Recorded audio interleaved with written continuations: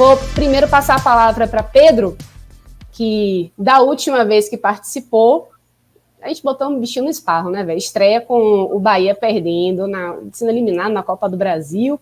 Mas agora, Pedro, agora só os louros, né? Você tá aqui e você, mais do que ninguém, você, o homem do SC Bahia Números, que vai dizer por que esse jogo foi tão importante para o Bahia em termos de resultado, em termos de pontuação, mas principalmente em termos de quebra de tabibes. Boa noite, Ju. Boa noite, Lula. Boa noite a todo mundo que tá ligado. De fato, o jogo passado tinha me colocado no esparro e tava tudo certo para a estreia ser hoje, né? Ia começar hoje. E nessa hora eu até falei para Fred, pô, beleza, bom que eu fujo de Bahia Atlético Paranaense, porque estrear com derrota é sempre ruim. Mas aí mudou lá e eu acabei indo para Bahia Atlético também, que ganhar aquele jogo realmente era muito difícil. E hoje podia acontecer, né? Podia acontecer, embora o retrospecto do Bahia contra o Guarani seja bem ruim, né? Não só fora de casa, viu? Tipo, dentro de casa também, o Guarani é um dos clubes que o Bahia, historicamente, tem mais dificuldade de vencer. Até porque, Pedro, além do Bahia nunca ter vencido no Brinco de Ouro da Princesa, também é um time verde, né? E o Bahia não tem lá um retrospecto muito bom para times verdes, né? Péssimo, péssimo. Eu até, depois que eu coloquei o retrospecto de Bahia e Guarani lá na Bahia Números ontem, muita gente veio comentar esse negócio do time verde, né? E no ano passado eu já tinha feito uma publicação falando sobre o retrospecto do Bahia contra times verdes e é realmente bem ruim. O América Mineiro é uma das poucas exceções, assim, que o Bahia consegue ter uma vantagem até significativa. Vitória da Conquista também é um exemplo de time verde que o Bahia tem vantagem. Mas você pega aí Palmeiras e Casa, muita gente falou de Casa hoje, que realmente o Bahia não tem um retrospecto positivo contra Casa. Coritiba, o Bahia ficou anos sem ganhar do Coritiba, lá em Curitiba também. Quem mais vai? Lembrando aí que tem um bocado de time verde. Cuiabá, o Bahia venceu ainda, empatou os dois. Goiás, Juventude, uma eliminação traumática, aquela da Copa do Brasil de 99 contra o Juventude. Então, realmente é uma sina, assim, contra times verdes que vou te contar, viu? E contra o Guarani, talvez seja o pior de todos. O Bahia nunca tinha vencido no Brinco de Ouro. E às vezes você fala assim, nunca venceu, mas foram, sei lá, 5 jogos, 4 jogos disputados. Não é o caso. O Bahia jogou 19 vezes, hoje foi a 20ª, né? Mas até então eram 19 jogos no Brinco de Ouro contra o Guarani. Ainda dá para colocar mais um contra o Corinthians, que foi lá também. E o Bahia nunca tinha vencido, aliás, eram 12 derrotas e 7 empates, um retrospecto assim, lamentável, 12% de aproveitamento. Aproveitamento de lanterna de campeonato. Então, hoje realmente foi uma quebra de tabibes importante e histórica do Bahia contra o Guarani. E já falando um pouquinho do jogo, nem sempre pareceu que tudo daria certo, né? Houve um momento do jogo em que eu temi que o Bahia levasse o empate. O Bahia até começou bem a partida. Teve o gol do Bahia saiu ali aos 13 minutos, mais ou menos, e foi a terceira boa chance do Bahia, né? O Bahia teve uma boa chance logo aos 5 com o Davó, uma bola enfiada, acho que foi pro Patrick. Davó conseguiu passar do goleiro e acabou se desequilibrando ali, tá? Mas por pouco o Bahia não já abriu o placar ali aos 5 minutos. Depois teve uma cabeçada também de Gabriel Xavier, um escanteio, e aí o goleiro defendeu uma defesaça de Kozlinski, que botou para a linha de fundo, e aí foi um novo escanteio, que foi justamente quando saiu o gol de Ignacio, né? A diferença é que Daniel tinha batido no segundo pau, no primeiro escanteio, bateu no primeiro, e Ignacio conseguiu acertar o gol, e o Bahia conseguiu abrir o placar ainda no início do jogo. Então foi um bom início do jogo do Bahia, mas que aos pouquinhos foi dando espaço para que o time do Guarani começasse a tomar conta ali da partida, né? Na reta final do segundo tempo ali já, o Guarani já era bem superior ao Bahia. O Bahia praticamente não chegou mais ao ataque. Se eu não me engano, eu anotei aqui, mas eu acho que o Bahia chutou essa bola que fez o gol, né? Uma cabeçada, na verdade. Mas o Bahia só voltou a chutar uma bola na meta já na metade do segundo tempo. Um chute de Davó, se eu não me engano, que ele chutou e o goleiro defendeu. Mas já lá pelos 22... Ô, Pedro, vamos aproveitar aqui esse momento que a gente está falando do primeiro tempo. Eu gostei dessa coisa de a gente quebrar em tempos, né? Deixa eu passar a palavra para Lula rapidinho, para a gente poder falar das impressões que ele teve com esse primeiro tempo do Bahia, que o Bahia, ok, jogou melhor nesse iníciozinho de primeiro tempo, saiu na frente, né, com um gol de cabeça de Ignácio, e no finalzinho do primeiro tempo, aquela coisa, né, perdeu o gás, e por pouquinho mesmo não estava levando aí esse empate, né, Lula? Eu acho, Ju, que o Bahia flerta voluntariamente com o perigo, sabe? Hoje eu tive o tempo todo a impressão de que o Bahia estava fazendo algo desnecessário. O Bahia não precisava ser tão conservador o jogo quase todo. O Bahia, quando colocou a bola no chão, atacou com uma boa quantidade de jogadores, o Bahia conseguiu vencer a marcação e construir jogadas, né? Mas aí o Bahia, por um vício, talvez ainda seja um vício da era Guto Ferreira, não sei dizer, mas o Bahia tem um vício que o Bahia marca um gol, o Bahia simplesmente recua todo e começa a dar chutão. Bola longa. E é uma bola longa que não é pensada. É um negócio meio a esmo, sabe? É um negócio que não é um atleta que se deslocou na frente, ficou livre, e aí eu vou acioná-lo em velocidade. Não. É uma bola sem um destino exato, sabe? E aí o Bahia acaba chamando o adversário para cima. Hoje o Bahia deu sorte não apenas pelo gol anulado que veio no segundo tempo, mas deu sorte também de enfrentar uma equipe que tem muita dificuldade com e sem a bola, tá? Muita dificuldade. Porque mesmo quando o Bahia abriu o placar e recuou, chamando o Guarani para cima, o Guarani não criou grandes chances. Criou uma grande chance, um vacilo de Luiz Henrique, colocou uma bola na trave. Mas não houve uma pressão absurda do Guarani, sabe? Eles tiveram a bola, rondaram, mas não conseguiram criar chances efetivas de gol em volume. Isso não ocorreu. Essa foi a grande sorte do Bahia hoje, né? Porque se a gente enfrenta um time melhor qualificado, o Bahia provavelmente tomaria um gol de empate ainda no primeiro tempo, né? Eu acho que esse jogo serve para o Bahia repensar isso, tá? Não tô... claro, o torcedor do Bahia está feliz, eu estou feliz. O Bahia tem 10 triunfos em 18 jogos, né? O Bahia passou as 18 rodadas todas no G4. O torcedor tem direito de estar feliz, eu estou feliz. 19 já. Eu acho que eles merecem também, merece muito estar feliz, tá? Mas eu acho que dá para ser um pouco mais tranquilo.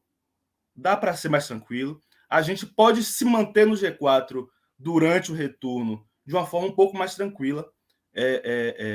Porque, velho, é complicado. Eu sempre falo aqui, não é que jogar bem seja o principal, não é esse o ponto. Vencer é sempre o mais importante. Mas para você vencer com regularidade, eu acredito que a gente precisa jogar bem com alguma regularidade, tá? E o Bahia pode jogar melhor do que tem jogado. Tudo bem, não é um time, não é um primor técnico o Bahia. Não é. Mas olhando para a Série B, o Bahia tem sim uma das melhores equipes, sabe? E a gente pode jogar melhor que isso. E hoje o Bahia mostrou isso, tá? As poucas vezes que teve a bola no chão, trocando passe, subindo em bloco, aproximando os jogadores, o Bahia construiu chances. E acho que o Bahia até mereceu vencer no todo do jogo, né? Mas poderia ter sido melhor. É isso, né, que a gente fala, né? E Cássio Cardoso já falou isso também, de que não, às vezes até parece que a gente fala assim, não, o Bahia tem que ganhar bem, mas o Bahia tá ganhando, quer então que jogue bem e não ganhe? Não é isso. Claro que o ideal, às vezes, nem sempre acontece, que é jogar bem e ganhar. Mas é o que o Lula falou e repetiu agora, e a gente, enfim, vai macetando até que o negócio fique entre por osmose, né? Que é, se você joga bem com alguma regularidade, mesmo que o resultado não venha, você vai construindo uma base para que o resultado acabe acontecendo também com alguma regularidade, né? Então é isso que às vezes falta à equipe do Bahia, porque em alguns momentos de alguns jogos, na maioria, eu diria, que foram poucos jogos que o Bahia foi absolutamente dominante, ou então muito coeso, mesmo em jogos difíceis. Posto isso de lado, né, essas exceções, o Bahia vive de alguns lampejos em jogos em que ou joga muito bem e consegue construir um resultado, como foi nesse jogo agora diante do Guarani, ou às vezes tem uns lampejos também muito ruins, em que a zaga dá umas bobeiras, em que gols feitos acabam não acontecendo. Aconteceu isso diante do Atlético Paranaense na última partida que a gente analisou aqui por acaso, né? Então, são essas oscilações que devem não ser eliminadas, porque isso é impossível, mas pelo menos que não se oscile tanto para cima e tanto para baixo, né? Que fique pelo menos mais equilibrado o negócio. Porque, senão, velho, aí não tem como você dar uma sequência positiva a longo prazo, né? Até o final de uma campanha, de um campeonato longo, que é a Série B. Vamos falar desse segundo tempo, né? Que o Bahia demorou muito para acordar para a vida, precisou de um gol, anulado corretamente, para que o Bahia entendesse que a situação estava meio complicada, né? Pois é, o segundo tempo ele começou bem parecido, né? Com o final do primeiro tempo, com o Guarani dominando. O Bahia, logo no início, ali, insistiu em fazer algumas faltas ali no meio de campo, e faltas bobas. E foi justamente uma dessas faltas que surgiu o gol do Guarani, né? Vou chamar assim, porque é aquele gol anulado pelo VAR mesmo, tipo, o time já pronto para fazer a saída de bola, e aí o VAR chama e anula corretamente. O jogador do Guarani estava realmente um pouquinho à frente, o jogador que fez a assistência, né? Aliás, foi um belo gol, pode-se dizer assim, de Careca, e por sorte do Bahia, acabou sendo marcado um impedimento quando o Derlan recebeu o passe. Foi um gol, naquele momento ali, eu acho que o torcedor do Bahia viu não só os 3 pontos indo embora, como pensou também que poderia vir uma derrota, que o Guarani era muito superior ao tricolor naquele momento, e fazendo um gol de empate logo no início do segundo tempo, certamente iria com tudo para buscar a virada, mas acabamos sendo salvos pelo VAR. O Bahia ainda demorou um pouco para se encontrar no jogo, continuou muito mal, só veio chegar no ataque lá na frente, já aos 20 e poucos minutos do segundo tempo. O Bahia ensaiou fazer uma jogada de ataque, mas seguiu sem levar muito perigo. Não lembro assim, de nenhuma chance muito clara de gol. O Bahia teve essa reclamação da mão, que poderia ser um pênalti, mas só aos 32 minutos é que a gente pôde respirar um pouco. O Guarani acabou errando uma saída de bola, e aí foi até interessante que foi uma jogada que envolveu alguns jogadores que nem vinham muito bem no jogo. Mugni não fazia uma boa partida e acabou participando do lance de ataque que ocasionou no gol, que gerou o gol do Bahia. Ele faz uma boa jogada ali com o Djalma também, que também não tinha entrado lá tão bem assim. Mas... E por fim, né, Raí, que fazia uma péssima partida, a gente falou dele no início. Raí fazia uma péssima partida mais uma vez. A gente até escolheu ele como pior em campo no jogo passado contra o Atlético. E hoje, mais uma vez, ele vinha muito mal, muito abaixo, tanto no primeiro tempo quanto no segundo. Mas, por sorte, estava ali na pequena área, acabou tendo a chance de empurrar para o fundo das redes e acabou fazendo um gol que nos deu uma tranquilidade, né? Porque a gente vencia por 1-0 com muita dificuldade, o Guarani pressionando, e conseguir aquele segundo gol foi um alívio muito grande. E o Guarani sentiu, né? O Guarani sentiu o baque, tanto que depois daquilo ali já não teve mais praticamente nenhuma grande chance de ataque. O jogo ficou mais tranquilo depois daquele segundo gol, um gol que deu uma tranquilidade muito grande ao Bahia em termos de tabela também. Não sei se vocês querem já falar de tabela agora, mas se Lula quiser Vamos segurar um que pouquinho. foi o jogo. Pronto, beleza. Eu queria que você falasse também, Pedro, o que você achou dessa mudança aí que parece que meio que vai ficar, né, de Henderson, aquela questão dos 3 zagueiros, e dessa vez, no lugar de Luiz Otávio, estava Didi, e também outra coisa que me chamou a atenção é que ele manteve o Rodallega no banco e colocou Davó lá como um falso 9, né, um 9, assim, com algumas mudanças que ele manteve, como, por exemplo, a manutenção de Raí, né, que a gente já falou. Você acha que, assim, casou para esse estilo de jogo, pelo menos que a gente saiba, fora de casa? A gente não sabe se esse esquema de 3 zagueiros vai continuar com o Bahia jogando na Fonte Nova, né? Vamos descobrir isso na terça-feira. Ou você acha, assim, que acabou que engessou um pouco, o Bahia foi pouco criativo, teve menos posse de bola, o que é já algo comum quando o Bahia joga fora de casa. O que você achou aí dessa escolha de Anderson Moreira? Olha, primeiro até me surpreendeu, sabia? Eu não achei que ele ia já voltar a utilizar esse esquema de 3 zagueiros nessa partida. Eu acho que seria algo mais pontual, em algumas partidas ele poderia utilizar, ou até mudando o esquema durante o jogo, mas não achei que ele fosse seguir já agora, não. Me surpreendeu até positivamente, eu gostei da escalação hoje, esquema com 3 zagueiros, e Rodallega no banco, diferentemente do esquema de 3 zagueiros, Rodallega no banco não me surpreendeu, tá? A gente até comentou aqui no telecast do Atlético Paranaense que seria uma surpresa muito grande se ele voltasse a utilizar a Rodallega como titular, já que Davó tinha funcionado bem como centroavante. Então, eu mesmo reclamaria demais aqui se ele tivesse começado o jogo com o Rodallega. Estou até tímido de falar mal dele aqui, porque ele está aqui olhando para mim. Um boneco aqui de minha filha que ela largou aqui, e ela adora a Rodallega. Mas ele vem muito mal. Ele ainda tem um crédito, vai, porque ele Tem, já fez muita coisa boa, tá numa fase ruim, mas o cara tem carinho. E minha filha não assistiu os últimos jogos. Então, ela ainda tem um carinho por ele. Mas ele vem muito mal. Eu acho até ele um bom jogador interessante de se ter no elenco. Mas desde que ele retornou da contusão, ele vem muito mal. E não me surpreendeu o fato dele ter continuado no banco hoje. Eu acho que a gente ainda vai seguir algum tempo sem ter ele como titular. Acho até que vai ser acionado no segundo tempo, em algumas oportunidades. Mas, sinceramente, não vejo, pelo futebol que ele está praticando agora, ele retornando ao time titular de Henderson nesse momento.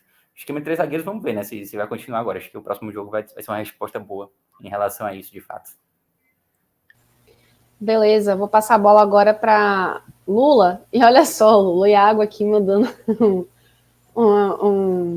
uma mensagem a gente para no YouTube, no nosso YouTube aqui, dizendo: olha, nessa Série B não teve pênalti para o Bahia, não sabemos nem quem é que vai fazer a cobrança. Risos nervosos, né? É verdade. Eu não faço ideia. Se Rodallega ainda fosse o titular, eu palpitaria ele. Mas sem ele, eu não faço ideia de quem pode ser o cobrador. Ele não cobrou pênalti ainda, né, pelo Bahia? Não. Curioso, assim, eu acho que Henderson acertou em manter o esquema 5-3-2 com 3 zagueiros.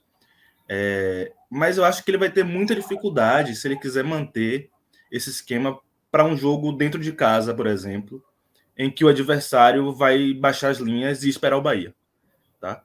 Porque se ele mantiver, ele vai ter um jogador a menos na criação, pelo menos. Sabe? E isso faz a diferença. Ter um jogador a menos criando faz toda a diferença.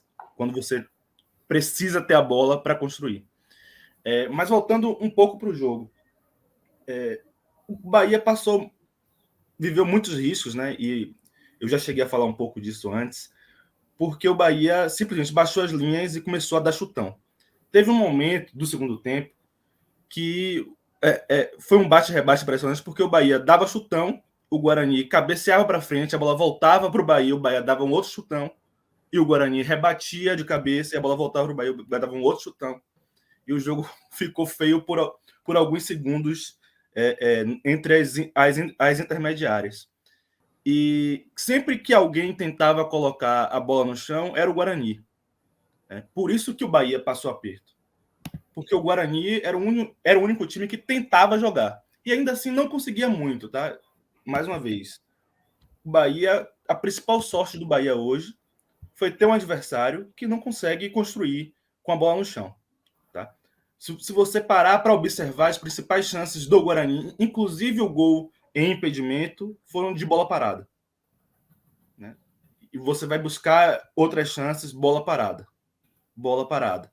E o Bahia perdeu muita bola aérea, tá? No jogo de hoje.